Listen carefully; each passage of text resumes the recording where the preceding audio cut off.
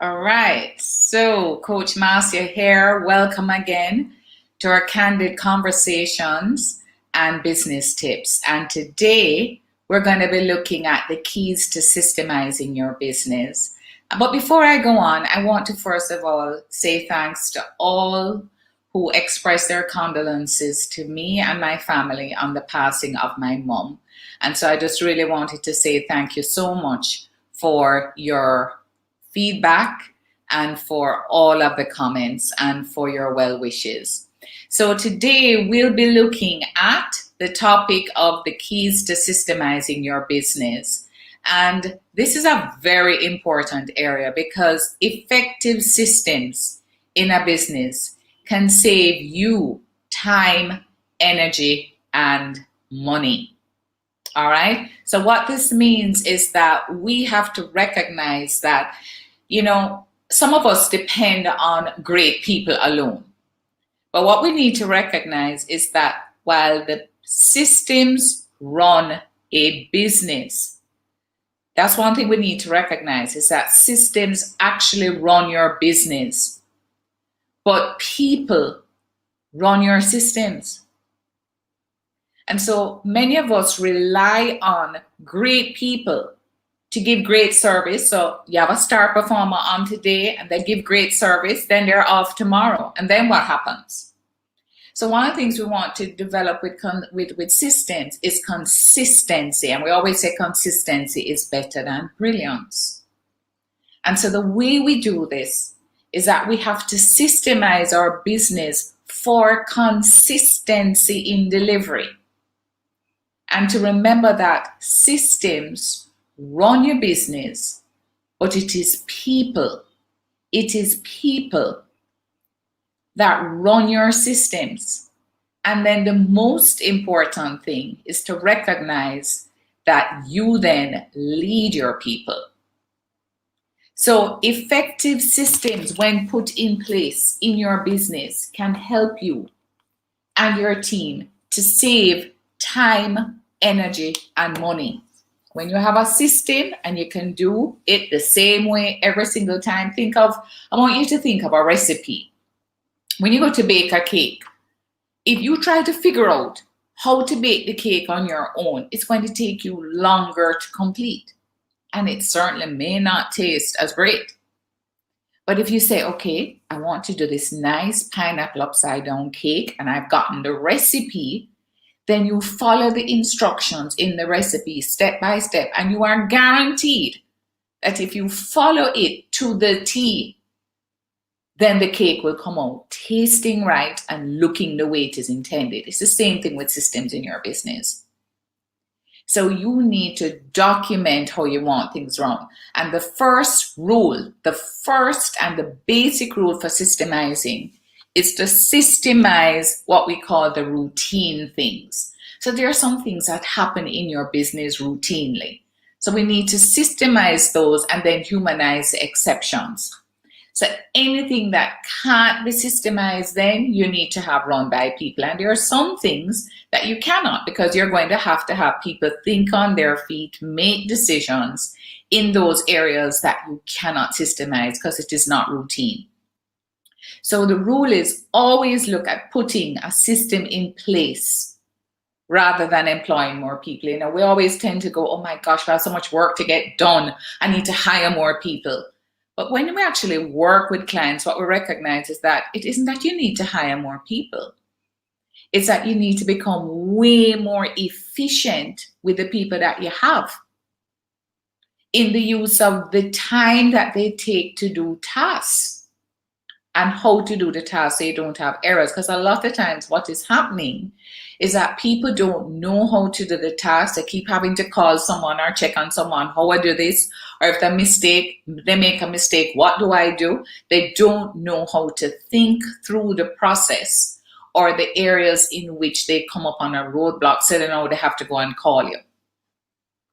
But if you put in that system, then you'll be able to actually find out that you probably can have your people be way more efficient. So you don't need to hire more people. You just need to have the people who are there do their job more efficiently and effectively. So Remember what we said? A system means that things are done consistently, regardless of who the team member is. And that's what I want you to understand. So there are 4 basic rules to systemizing. And the first basic step to follow is this: to flowchart your process first. And what we say is, a lot of us as owners know how to do something, but when I ask everybody, so how you do the task? Is it written down anywhere? No, it's in my head. So if you keep it in your head, then people are going to have to keep coming to you to ask you what to do next, because the steps are in your head. And then you keep saying, but I have to keep telling them over and over why it is that they can't remember. And it's because you need to do the right thing and the smart thing, which is to take it out of your head and write it down. And what we say is to use a flow chart. And what a flow chart does, because it shows you step by step, and it's a diagrammatic form, and you flow from the task start to when it is completed. Flow chart it so that you can see examples. You can see how the entire task is done. So that's the first thing. Flow chart the process. Then for each of the processes that you have flow chart, you want now to document how it is done. And so either you or you get a team member who is doing the job currently, the routine task, to write the job down. So you can either flow chart the process, that's one, but then in addition to that, in that process, you may want to ask the person who is doing the job currently now, or yourself, to sit down and actually write out step by step how this actual task or process is performed. So then this person, how you know that this is right is then they will then get a new person to do the task with the written steps down. So having written out the steps and document how it is done, the key here is to get somebody who has never done the task before to then pick up the document and see if they can follow your flow chart and the step-by-step process and do the task the right way. Remember I said a recipe. So when you think about a recipe, when you buy these recipes or you see them in the magazines or in the newspaper, you know that when you pick it up and start to use it, if you follow it, you'll end up with the same result. It's the same thing. So when you have finished writing out the process and documenting it step by step, whether you or a team member who is doing the task now, then you're going to get a new team member, somebody who has never done it, to do the task. And if the person currently doing the task has at any point have to step in and correct or explain to the person, because you see them going off track, it means that you have not properly documented it. So that's a test. So if you give it to somebody and you see them struggling and they can't seem to get from one point to the next, it means that your process is not properly documented. So you're going to amend and then have them use it again to see if they can follow it. So once completed, start again with another person until a number of people can do the same task without you stepping in. So what you're actually doing is perfecting the process. You're actually writing your mini recipe in your company. And this is how you can ensure that team members can answer the phone, a script for answering the phone, or how you open the office, how you close the office, how you invoice a customer, how you actually write proposals, how you respond to a customer query. All of those things you can define a process, or in manufacturing, how you actually fabricate or put together a product or service. You document it so that people on the team can replicate it. This is what happens a lot in operations, in companies that are in processing or in manufacturing. All right. The other area now is to measure using key performance indicators. And so typically, these will be the top 5 measures that will show your system performance. So you need to get these person from the job. So let's say, for example, if I go to a sales manager in sales, one of the things you could be looking at as a key performance indicator to know that they're performing and using the process well is how many leads are they generating? What percentage of those leads are they converting?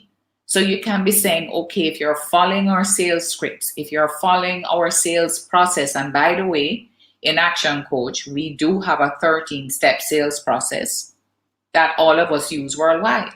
And when we teach our clients, we say to you as well that one of the things you need to systemize and develop is your sales process with all the scripts for your company.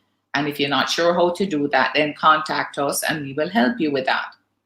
And so you need to come up with all the scripts, your sales process, and then you're going to have the KPIs to track. So if you're using the sales process, then how many leads did you actually generate? How many cold calls did you do? How many people responded to your emails or to your calls? How many did you convert? So this is how you will know how well is my system working. And then for those who are in operations, we have a thing called EFOTIS. And what we measure is it done in full, EFOTIS, in full, on time, and inspect. And those are measurements. Did we fulfill the order in full? Meaning, if the client asks for 12, did we give them 12? In full, that's EFOTIS. IF, in full. On time, which is the OT, is did we deliver the 12 on time? So if we said we were going to deliver 12 good packages to you, and it was going to be delivered at 1 o'clock today, did we deliver at 1 o'clock today? And then the last one we say is inspect. So EFOTIS, in full, on time, inspect. That's the IN. So the inspect IS, is that we are now saying, did we deliver in full the 12? Did we deliver on time today by 1 o'clock? And was it delivered to the standards, inspected to the standards that the client was expecting? And so that's a measurement that we use for delivery. So we need to be looking at our systems, our processes that we have in place, ensuring that whatever key performance indicator we are using to measure the success is being tracked. And then the fourth thing to systemizing is allow the system to change and to grow, which means, as you write a system or you document it, things change. Systems change. And so we may need to upgrade. So first of all, let's look at the years ago when we first started accounting, for those of us who were not my age then. And we would pick up these ledgers, which were these big spreadsheet looking things on paper. And that is how you used to do your accounts. Well, that changed. Now we have accounting systems, we have computers, we have all of these things now that can generate. So as we evolve and grow, systems will change.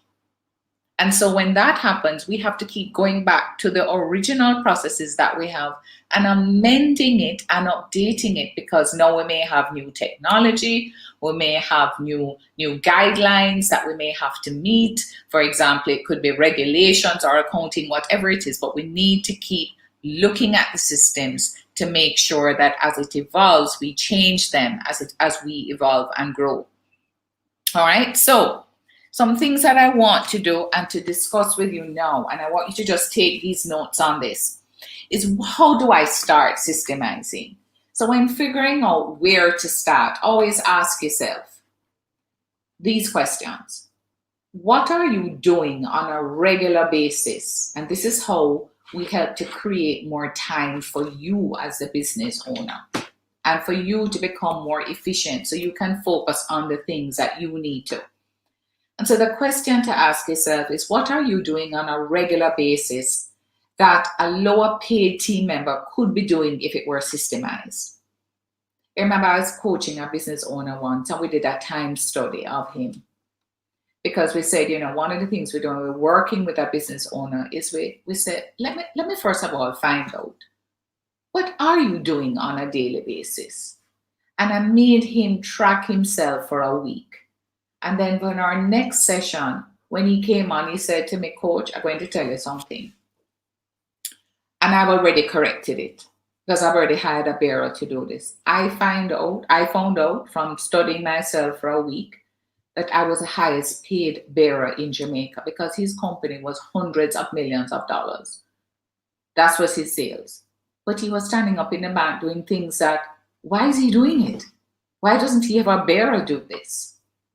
And so by virtue of just focusing on the fact that, listen, we need to get off of our plate by systemizing it and handing it off. Remember, we did delegation before, to someone else who you could pay less than your hourly rate as a business owner to do it instead, but to make sure that you systemize it. So whatever task it is, remember I taught you the delegation process. You're going to document it, write it out, and then hand it over to someone else who you could pay less. So always understand this. Never do anything that is not worth your hourly rate. The other thing is there anything you hate doing, which also could be done by someone else who is paid less if it were systemized? So what you're starting to look at in order to start systemizing to create more time for yourself is looking for the tasks that you do on a regular basis that you shouldn't be doing because it's not worth your hourly rating. Then also looking at the tasks that you really hate doing and saying, do I have to do it? Take those off your desk. And then, is there any area in the business where the performance is highly inconsistent? So you know how you're going to find that out, because you're going to get a lot of complaints. You're going to have errors. You're going to have people saying, but this is how I had it done this week, and then next week it's done a different way. So this is how you begin to realize, or you're getting complaints around it, that is not being done the same way. It's not being done consistently. We keep having errors. So one of the things you need to start looking at is, what are those? And then put a system in place to prevent it from happening again and again and again. So find out who does this process the best. So, sometimes you may have those star performers who do that process well. Then you have them document it. So what I'll do sometimes when I go to companies, I'll say, who is your star salesperson? All right, bring them in. I want you to role play with the star salesperson. Record the entire conversation that this person has in this role play with a potential customer. Then when you record it, write down all the things that they said, the questions they asked, how they did it, and then you're going to refine it. This is how you start to systemize, or even videotape them so you know what it is that they're doing well, because that's what you need to do. Look at who does the task best and then document it and systemize it. I remember I had a business owner. He was in one of our Vision Achievers programs, and he erected tents for events. And he said, listen, man, what we used to find is that the team would take hours to erect a tent, until we taught him this process of systemizing and using a checklist, which is another thing that you can use, because a checklist is like the process. You do this, followed by this, followed by this, and you tick it to ensure that it is done. And then we also said to him, do it and then document how it is done. So he took a video of it as well.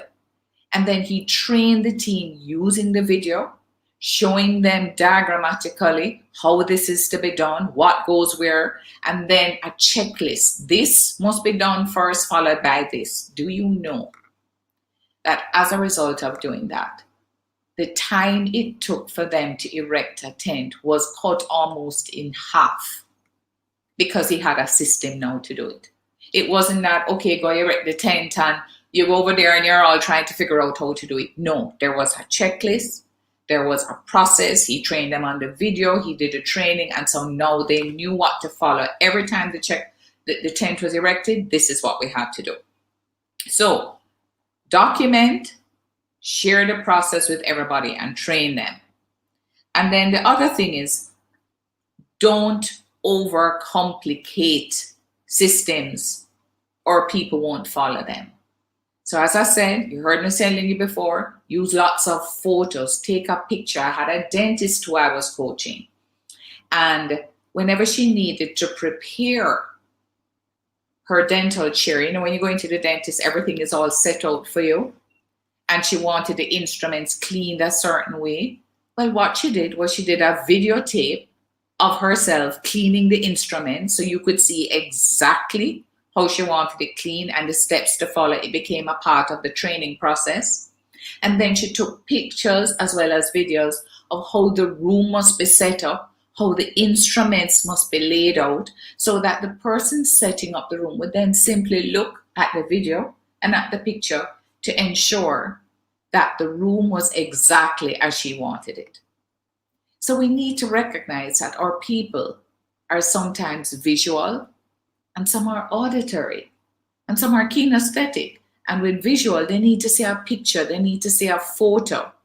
And some people listen, auditory. So you may need to also use the videos and the hearing and the recording of the process. And then you also have the checklist that they can go through. Step 1, step 2, is everything okay? Did I do it right? All right, so use lots of photos and videos and tapes. I had a team member who transitioned to another area of the country, and she was training another team member, and they were doing it on Zoom. And what did she do? It was just perfect. Because she was doing it on Zoom and she was showing her the process, at the same time, she recorded the session so that the team member know whenever she was going to go over the task, she didn't just have the procedures.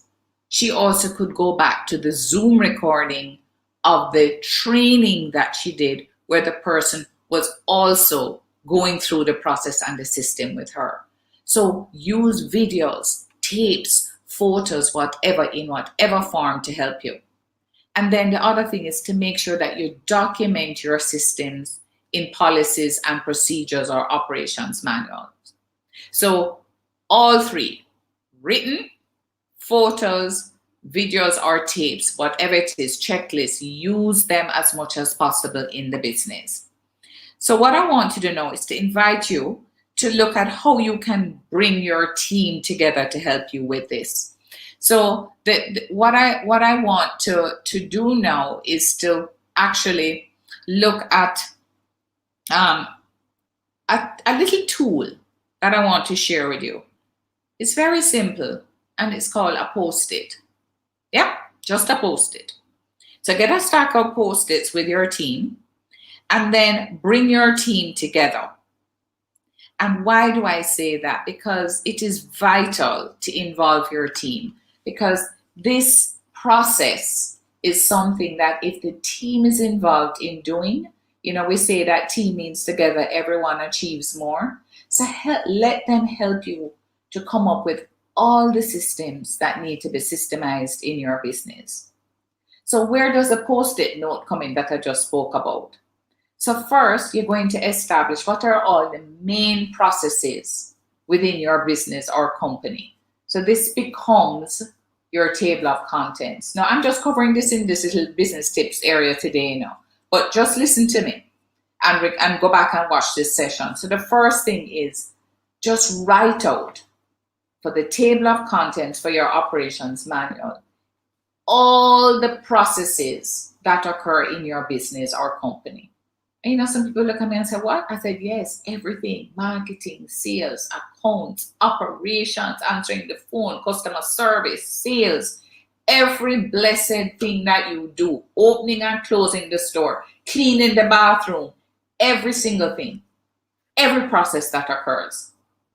Write it down. Just write down what are all the things that we do in our business. That is your table of contents for your manual.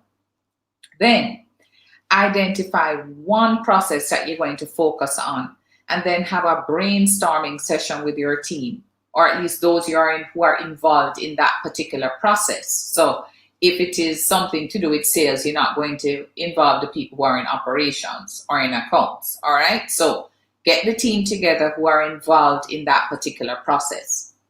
And then what you're going to do is each and every step of that process should be noted on a post-it. So you're going to get the team together. So really what you're doing, is involving them. So what are all the things that we do, guys? You fling out the post-its on the table and you say, okay, we're now going to write down every single step that we do on a post-it note. And each post-it note has a separate step. And then you're going to put up a whiteboard or a flip chart. And what you're going to do with all of those steps is you're going to put them in the right order or sequence. Because what you're actually doing is flowing chart. You're doing a flow chart.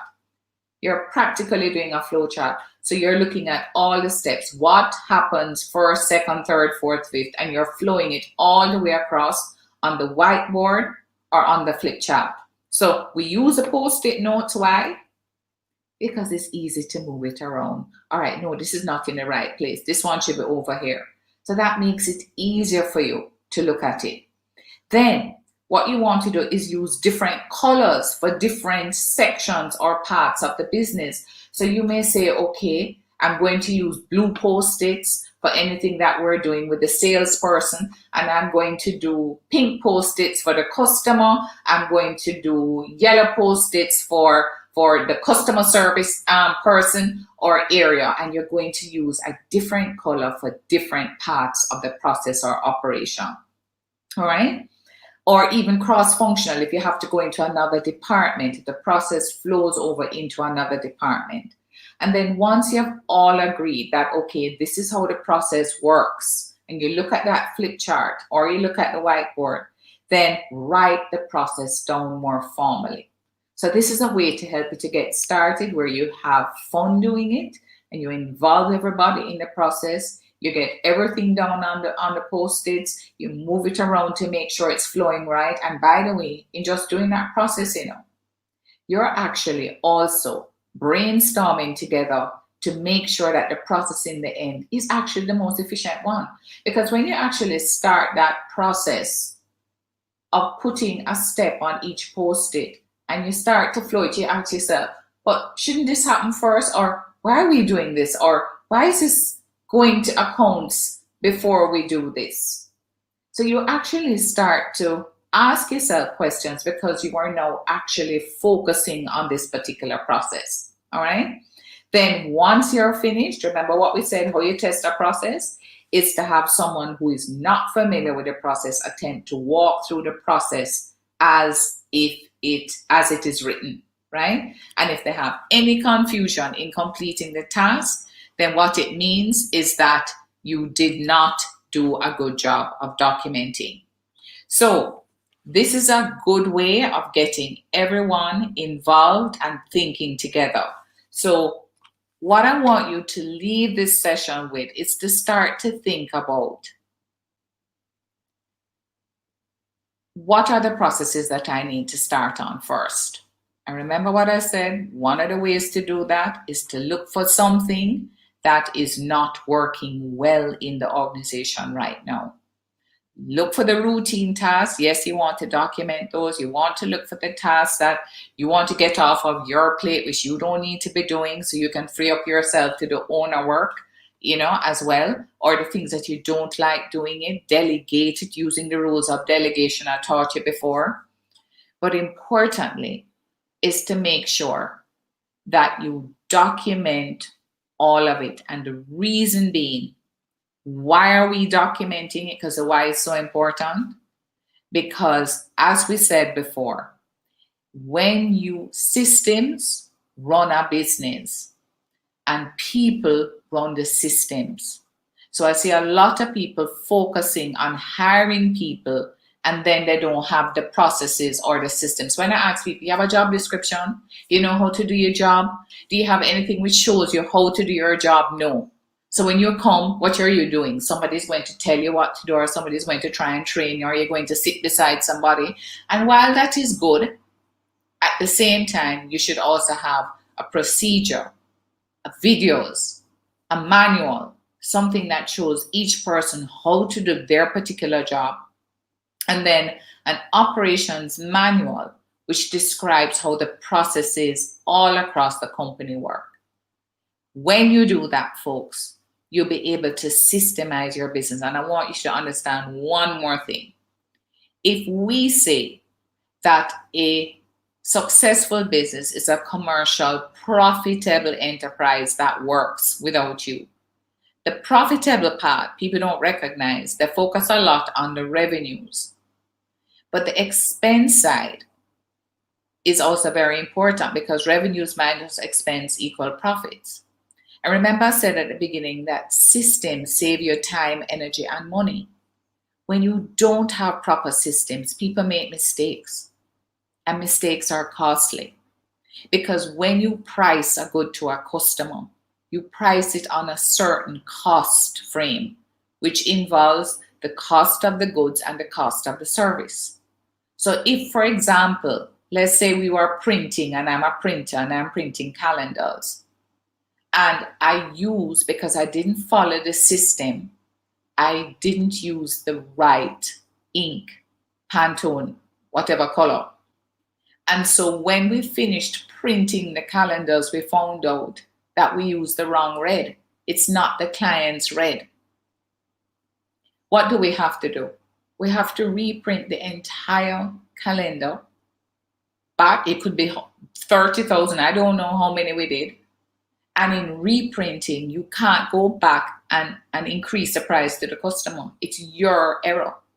And many times what's happening is that our team is making errors, using more supplies or raw materials, or you costed into the service a certain number of hours.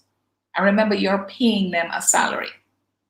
And so if they're now taking more time to do the task, then it means that they don't have time available for other tasks. And so their time, when valued and costed in, has exceeded what you had allotted in the pricing to that customer. And so the job can sometimes end up costing you more and then reducing your margins and making you less profitable. So systemizing is not just for consistency, but remember I said, it saves you energy. Everybody don't have to keep coming back to you. You don't have to keep reworking it. So it saves your time, because people know how to do something more efficiently and effectively, and it saves you money. So we always need to understand why do we need to do this? And that's the why. Because systems save your energy, time, and money. And yes, it is time consuming. You know, Brad Sugars always says, work once, get paid forever. Write it down. Brad Sugars wrote many books, and he wrote them 20 odd years ago and have been improving them. And when he wrote them, it took him time to write them.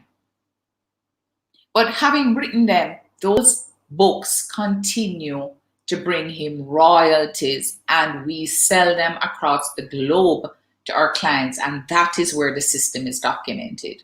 So he wrote it once, get paid forever. Write your systems, get them down. It will pay you back in time, in saving energy, and in saving money. All right? So, folks, that brings me to the end of our session. And if you want to learn more about our services and our coaching services, then I encourage you to contact us at this number here, right? So the number that we have for you to contact us is at, here we have our, where is our banner? All right, here we go. So you will see it here streaming across the screen, what our information is, so that you can contact us at any point in time. All right. So you can contact us at ActionCOACH, and you can call us at 876-755-3021, or 876-279-7873 so that you can make sure that you participate in our upcoming programs. And as a matter of fact, we have an action club. Thank you so much, Max. Great information, but I want you to come in. Thank you as well, Somerset Retreat Villa. I want to say this to you folks. This is so important. The only way that we're going to be able to get more time for ourselves is to implement systems. That's why what is big for us in Action Coach is systemizing your business. So if you want to learn more, contact us. We have an Action Club Light series starting this Wednesday, actually. Wednesday here at 2 o'clock, but you can still come into it. So contact us at the numbers there and call Afrika Donaldson is our business development officer. You can also email her if you want more information. So take down the information that's on the screen, and then you can always, absolutely always, if not this program, you can come into other programs as well. So I encourage you to implement what you've learned today. I've given you enough to even start it. But folks, remember this, if you want to be profitable, you don't just manage the revenue side of your business, you need to manage the expense, and systems will help you. All right. So have a great day. And I want to end with stay safe and healthy. Stay safe and healthy during this time. All right. If there are no questions, I don't see any questions. So I'm going to end our broadcast. So see you soon. And we will have another tip next week, Tuesday. All right. Take care. Good. Bye-bye.